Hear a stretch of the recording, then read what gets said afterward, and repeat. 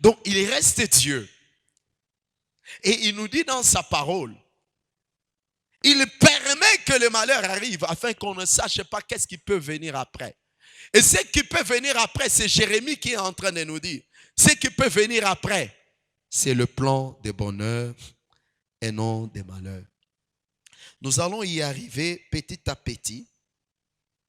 Avec l'explication, vous allez comprendre et vous serez bénis.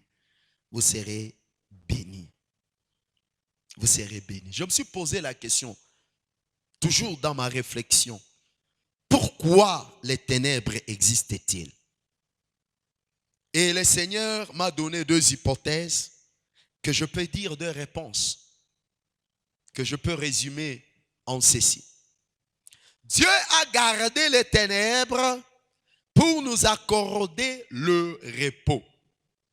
Dieu a gardé les ténèbres pour nous accorder du repos. Tu peux lire ça dans Jean chapitre 9, verset 4. Le jour où Jésus a vu un aveugle né, il a dit, pendant que je suis dans le monde, je suis la lumière du monde. Faisons l'œuvre de celui qui nous a envoyés pendant qu'il fait encore jour. Car la nuit vient où personne ne saura travailler. Donc quand la nuit vient, la nuit t'accorde automatiquement le repos. Je vais choquer quelqu'un. Le confinement, c'est le moment où tu dois penser à ton testament. Ça, c'est une parenthèse importante. L'Africain, généralement, lorsqu'on lui parle du testament, il voit directement l'esprit des morts. L'esprit de... Non. Vous savez pourquoi aujourd'hui, on parle de la plus grande civilisation en Afrique? Vous ne me direz pas le contraire. À ce jour, la plus grande civilisation en Afrique, c'est la civilisation égyptienne. Et vous savez qu'est-ce qui fait la force des Égyptiens jusqu'à aujourd'hui? Qu'est-ce qui constitue les entrées dans le tourisme en Égypte? Ce sont les pyramides. Les pyramides étaient construites quand? Les pyramides étaient construites du vivant des monarques.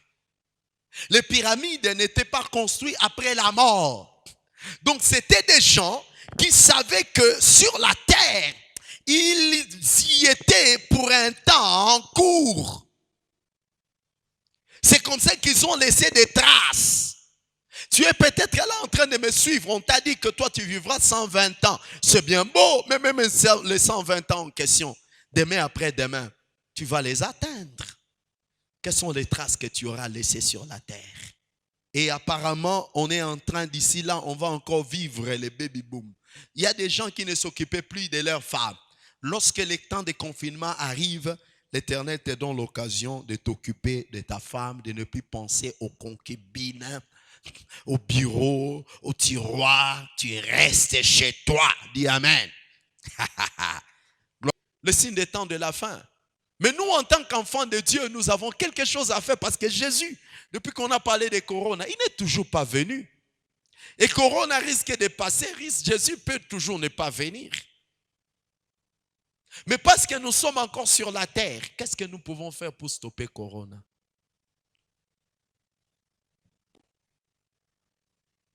Paul est en train de dire à Timothée, il est en train de donner les signes des temps de la fin, parce qu'il n'y a pas qu'Apocalypse. Il n'y a pas que Jean dans Apocalypse qui donne les signes des temps de la fin. Il est en train de dire à Timothée, au dernier jour, les hommes deviendront rebelles vis-à-vis de leurs parents. Les hommes deviendront égoïstes, ils deviendront ceci, deviendront cela. Donc quand tu vois la rébellion, c'est le signe des temps de la fin. Maintenant, toi chrétien, faudras-tu croiser les bras en disant, bon, il y a rébellion de mon fils, c'est le signe des temps de la fin? Non, tu vas lui tirer les oreilles. Tu feras de ton mieux que ton fils ne soit pas rebelle vis-à-vis de toi. Et nous, Église, nous faisons de notre mieux pour que les hommes ne soient pas égoïstes. Les hommes peuvent persévérer dans le mal. Mais nous, comme Paul a dit à Timothée, en toutes circonstances, bonnes ou mauvaises, prêche.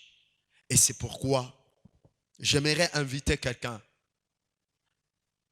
cet après-midi. Je ne sais pas Tu vas me suivre sur YouTube. Tu vas me suivre à la télévision.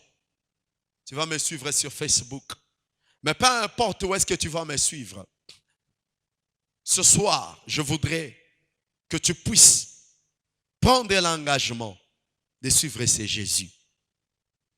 Laisse-moi te dire, ce n'est pas parce qu'aujourd'hui il y a Corona que tout doit s'arrêter. Non, non, non, non, non, non. Tu peux ne pas mourir de Corona, mais demain, après-demain, un accident peut venir.